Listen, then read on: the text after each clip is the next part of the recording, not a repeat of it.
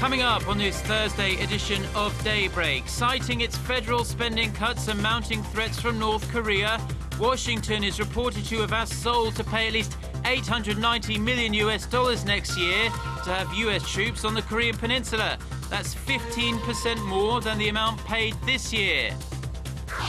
As the parliamentary probe into the former intelligence agency chief's alleged meddling in last year's presidential election resumes, ruling and opposition lawmakers argue over the legality of his indictment.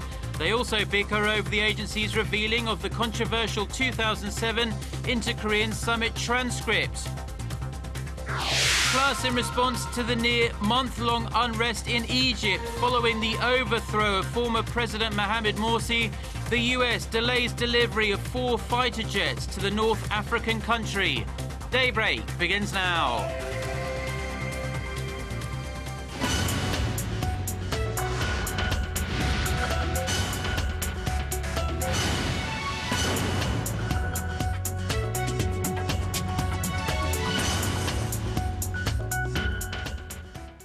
Nice to have you with us. You're watching Daybreak on Thursday, July 25th here in Seoul, and I'm Choi Yu-sun. Let's start things off with this week's defense cost-sharing talks between Seoul and Washington. The United States reportedly wants South Korea to cover more costs to have U.S. troops stationed here on the Korean peninsula. South Korean media reports say the U.S., citing its federal budget cuts and North Korean threats, has asked the South to increase its contribution by some 15% next year to total at least 1 trillion won or $890 million US dollars. There are also reports that Washington even suggested a 50-50 sharing of the cost during the Allies' second round of their talks in Seoul Wednesday. During their previous meeting in Washington, the South Korean side had proposed adding only yearly inflation to this year's payment of nearly $800 million. Negotiations will continue on this Thursday. The two Koreas are set for another round of working-level talks, the 6th of their kind on this Thursday, as they try to normalize business operations at the Inter-Korean Kaesong Industrial Complex. Our Unification Ministry correspondent Hwang Sung-hee has more on what is stopping the two sides from reaching a breakthrough.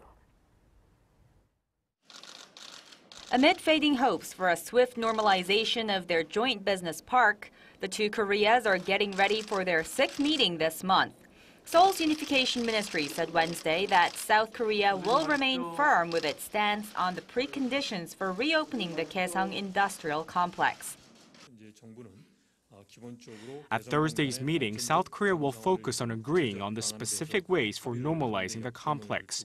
We are very aware that the working-level talks are an important opportunity for laying out the principles for new inter-Korean relations. Earlier this month, the two Koreas agreed in principle to resume operations at their jointly run factory zone in the north. But little progress has been made since then amid squabbles over who should take responsibility for the shutdown. Seoul wants the north to provide safeguards against another unilateral shutdown, while Pyongyang is calling for an immediate resumption of operations at the complex.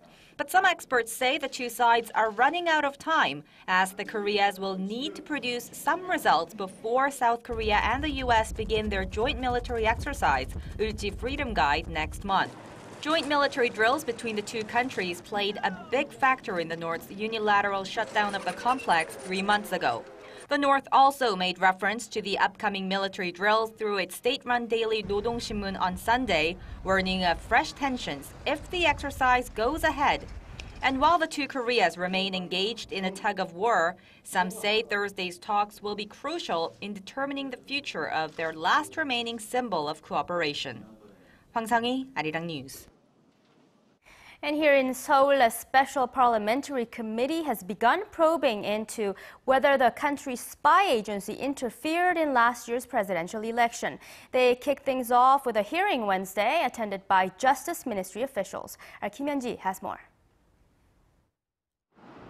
On Wednesday, Justice Minister Hwang Kyo-won gave lawmakers a progress report on the prosecution's investigation into the NIS scandal. Prosecutors have indicted former National Intelligence Service Chief Won Se-hoon on charges of election law violations. Kwon is accused of ordering NIS agents to post negative comments online about opposition presidential candidates before the election. Lawmakers from the ruling Saenuri Party argue that the indictment is unreasonable. They say the 73 online posts the prosecution claims are problematic are normal for someone from the intelligence agency's psychological intelligence team. However, the opposition lawmakers argue that the NIS's actions constitute a major breach of law that brought the ruling party a favorable election result. The Democratic Party lawmakers argued the prosecution should indict everyone involved in the case. The parliamentary probe took an unexpected turn when a DP lawmaker claimed he had a recording of a conversation between a ruling party figure and his acquaintances before the election. In a transcript of the conversation released, Kwon Young-se, who led the Park Geun-hye camp at the time, is quoted as saying the NIS got its hands on the 2007 Inter-Korean Summit minutes and produced a distorted excerpt. Kwon is also quoted as saying that they should release the excerpt when they take office. The DP lawmakers added the release of the summit transcript is another form of election interference by the NIS. But the Saenuri lawmakers argue that the summit transcript has nothing to do with the allegations of the NIS's election interference and that the Kwon Young-se recording had been obtained illegally. Lawmakers still have a number of obstacles to overcome before the probe can proceed further. The rival parties have yet to decide who they will summon as witnesses and whether to make the NIS progress report due out on Friday public. Kim Hyun-ji, Arirang News. As part of efforts to revitalize the slumping housing market and promote consumption, the Korean government has unveiled plans to cut the supply of new housing in Seoul and surrounding areas. Tax cuts may also be part of the package. Our Kim Hyun-gil has more on the latest follow-up to stimulus measures that were announced back in April. Korea's finance minister and deputy prime minister Hyun Oh-seok said on Wednesday the government will scale back its plan to supply new apartments and houses to help revitalize the country's housing market. Hyun told a meeting of economic policymakers that the reduction is necessary in view of dwindling demand for new houses. Under a proposal prepared by the Ministry of Land, Infrastructure and Transport, the government will either cancel or delay the planned supply of 180,000 housing units in Seoul and surrounding areas over the next 3.5 years. About a third of Korea's 50 million people reside in metropolitan areas. The government will also provide soft loans to buyers of unsold apartments to promote housing transactions. Prices of houses have been dropping in recent years, prompting many potential buyers to seek rents. That led to soaring prices in Cheonse, a unique Korean system where people deposit a large key money, which is repaid after their rental contracts expire. To help solve the Cheonse problem, the government will build and offer apartments to rent at relatively low prices. In order to ease instability in the housing rent market, the supply of government-financed homes for rents will continue to be expanded. Wednesday's move comes less than 4 months after the government introduced tax breaks and other benefits to first-time home buyers. Seoul officials said a cut in property acquisition taxes will also be announced as early as August to inject vitality into the slumping property market. Kim Hyun-gil, Arirang News. Starting in August, households that earn less than 3 million won, or around $2,700 a month, will be able to receive up to $18,000 in medical aid from the government. The Health Ministry has unveiled a temporary aid program that aims to ease the burden on low-income people suffering serious illnesses such as cancer or rare and intractable diseases.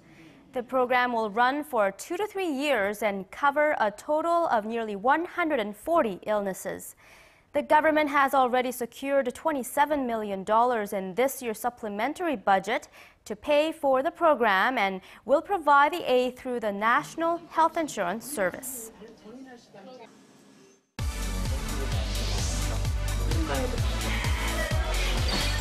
If you want the latest news from Korea and around the world. Return to the negotiation. President Park Geun-hye plans, given the current circumstances. On your way to work or at home. Defense Ministry. The legislature will convene a... Tune into Daybreak on Arirang TV. Prime Minister Shinzo Abe said Tuesday that in light of the ongoing political turmoil in Egypt, the United States has decided to delay the delivery of 4 F-16 fighter jets to the North African country. The 4 jets are part of a deal to send 20 F-16s to Egypt, 8 of which were already delivered in January. Pentagon Press Secretary George Little says Washington was forced to delay the delivery considering the delicate political situation in Egypt. Under U.S. law, the U.S. government cannot legally send aid to countries that use their military to overthrow a democratically elected leader such as Mohamed Morsi. Washington is still examining whether this was the case in Egypt. The Pentagon official stressed, however, that Washington has not decided whether to suspend other military aid to Egypt, and a joint military exercise between the two countries scheduled for later this year would proceed as usual. The U.S. provides about $1.3 billion worth of military aid to Egypt every year. Despite early reports to the contrary, U.S. intelligence leaker Edward Snowden is still said to be stuck in the transit zone of a Moscow airport, where he has been holed up for more than a month now. Reports emerged Wednesday that Snowden had been granted the necessary documents allowing him to leave Russia, but his lawyer later denied the rumors his client was looking to travel to South America, saying the 30-year-old fugitive intends to stay in Russia once his asylum status is resolved. Snowden is reportedly keen on starting a life in Russia after making a temporary asylum request last week. Meanwhile, U.S. Secretary of State John Kerry talked with his Russian counterpart on Wednesday, reiterating Washington's demand that Snowden be sent back to the U.S. to face felony charges for leaking details of U.S. surveillance programs. In other news, instead of hitting the stores on rainy days, many shoppers wait until the sun returns before venturing outside. Brick-and-mortar retailers count on shoppers to come out on droves in sunny days, but even nice weather is not enough to guarantee decent football anymore because of the plethora of shopping options available at home. Our Kim Ji-yeon reports. This is the interior of a mall in Korea. Hardly anyone is shopping, although most stores are holding sales. Major department stores in the country said that they have experienced a drop in actual sales in recent weeks, and they blame the rain. They say most people just don't have the desire to leave their homes to brave the wet conditions. Normally, sales increase dramatically by 2 digits during the dry sales seasons, but we've only seen a rise in the 2% range recently. But some businesses are weathering the storm better than others. Product distribution companies for TV and home shopping channels and online shopping networks are faring well these days. We've seen a change ever since the rainy monsoon season started in July. Our sales have gone up 30% this year compared to sales from the same period a year ago. Bestsellers include those that are related to the rain, such as rain boots, umbrellas, and dehumidifiers. But also there's been an increase in other items like food products and undergarments. Kim Ji-yeon, Arirang News. Speaking of shopping, here's a health alert for people buying food during this sweltering summer season. With cases of food poisoning on the rise, our Paul Yee has some safety tips to ensure your summer plans don't get spoiled. Here at a supermarket in Seoul, a group of office co-workers are scrambling to pick up some last-minute groceries for a company outing. Despite the shopping frenzy, they managed to pick up some watermelon, lettuce, and pork belly for the long trip.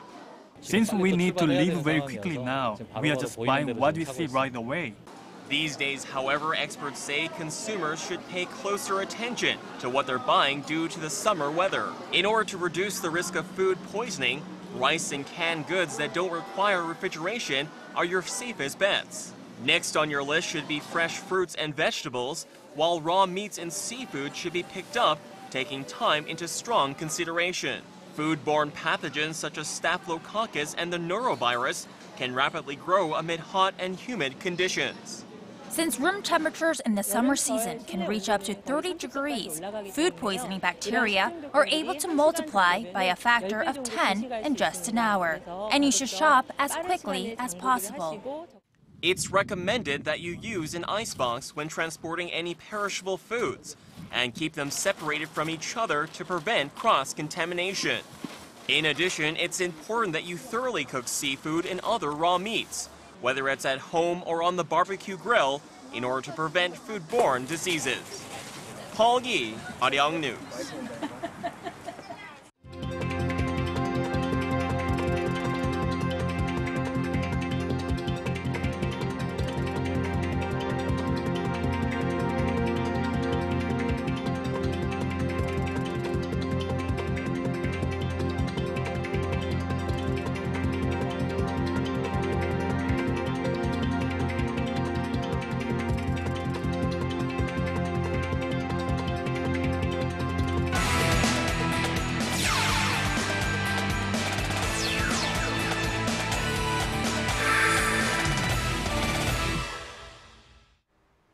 When Korea settled for a scoreless draw against Australia in Hong Myung-bo's debut as head coach of the national team, the critics were quiet, citing the fact that Korea completely dominated the game. And in fairness, Australia is ranked ahead of Korea at 40th compared to 43rd. Now, anything but a win against lowly ranked China clearly would not go unnoticed. But it was actually the same result again. Korea couldn't score against 100th ranked China.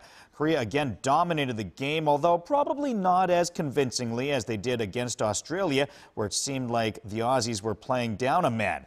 So Dong-hyun had the most opportunities to score, but simply couldn't finish. Korea quite often made Chinese keeper Jung Chung look very good.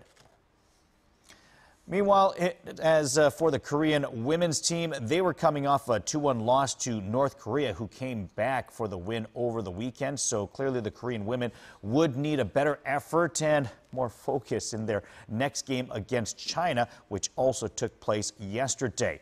But history would actually repeat itself as Korea would fall again 2-1, this time to China, leaving Korea as the only winless team among the 4 teams in the round robin.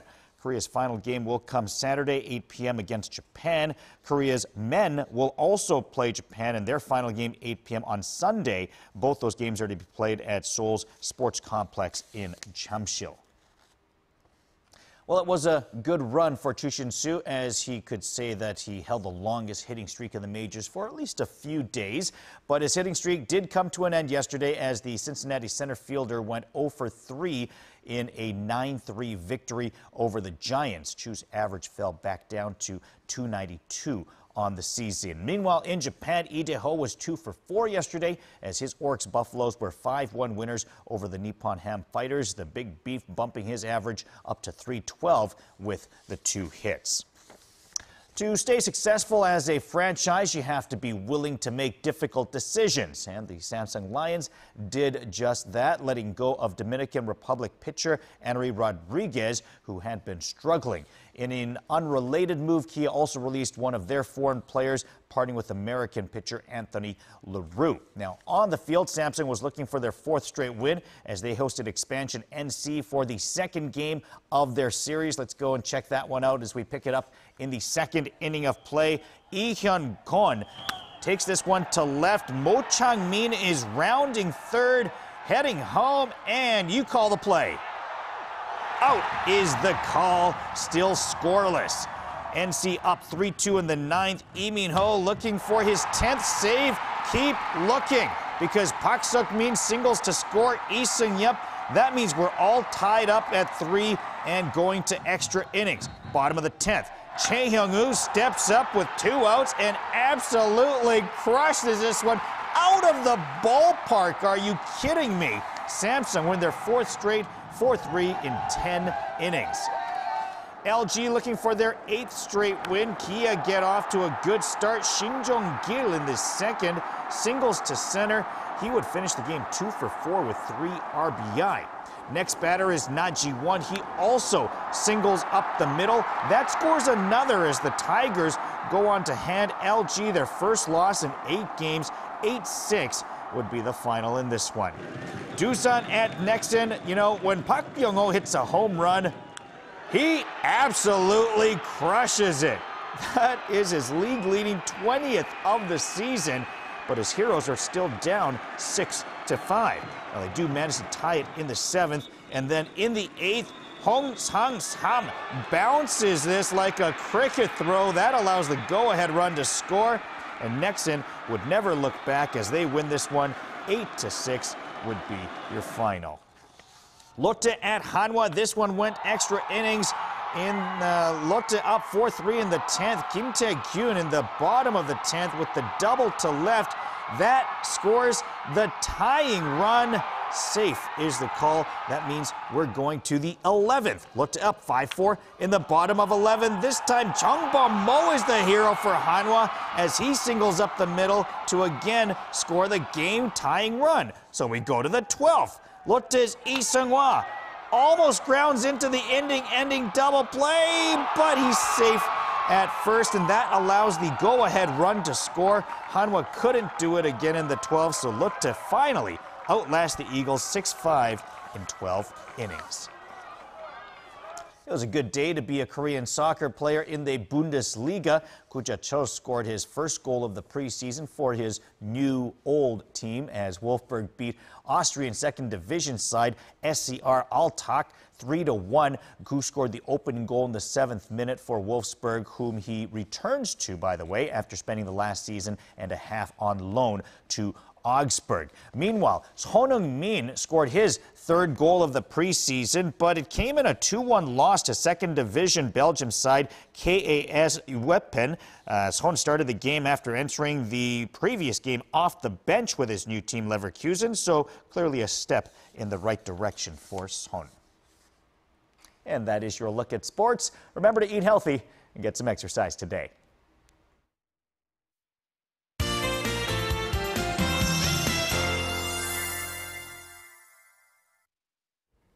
Good morning, I'm Lee Ji-hyun with your latest weather forecast. Well, it was sprinkling on my way to work this morning, but it has died out. So central regions are waking up to mostly sunny skies. It's a welcoming sun for us here in the central, but not so much for down in south, right? Anyways, with the absence of clouds, sun will pour in and send temperatures into low 30s here in Seoul and surrounding areas, but mid 30s on tap for down in south. Now, tomorrow should be similar to today's weather condition as sunny skies will continue to hang on till Saturday, but rain clouds will start to roll in again on Saturday night, and Sunday should be raining for most regions. So if you're planning to take a trip to either Busan or Jeju this weekend, here's a heads up for you. Now, Jeju should stay hot and sunny throughout the weekend, but rain is expected in Busan on Sunday, so keep that in mind and plan accordingly. Now, let's move on to our satellite map. As we can see, there are a few breaks of clouds, but that's about it. And you know, the heat wave advisory that has been in place for down in south for about 2 weeks will upgrade it to heat wave warning in Daegu and surrounding areas. So please stay hydrated and stay safe. Now with that, let's take a closer look at today's readings. Now the capital, Seoul, Busan and Gwangju will get up to 31 degrees Celsius, that's 88 degrees in Fahrenheit, while daytime highs for Daegu should be 35, extremely hot day. Now with that, let's take you to other places. Now Jeju and Daejeon will hike up to 32 with a fair amount of sunshine, and Mount Kumgang will be topping out at 33. Now that's all for Korea, and here's the global forecast for viewers around the world.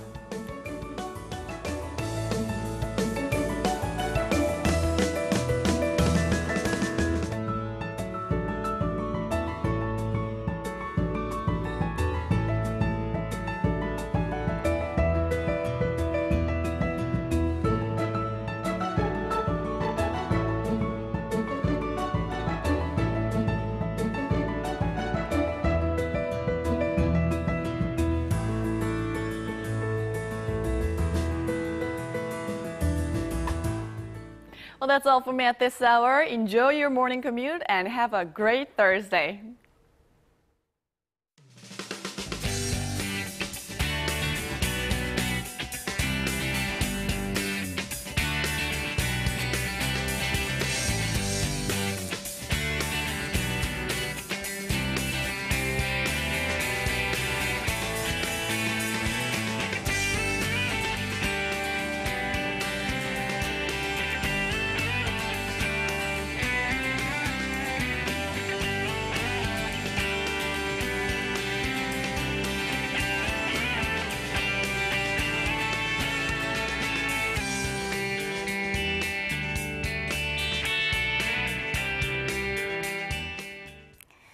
And those are the stories making news at this hour. Thank you for being with us.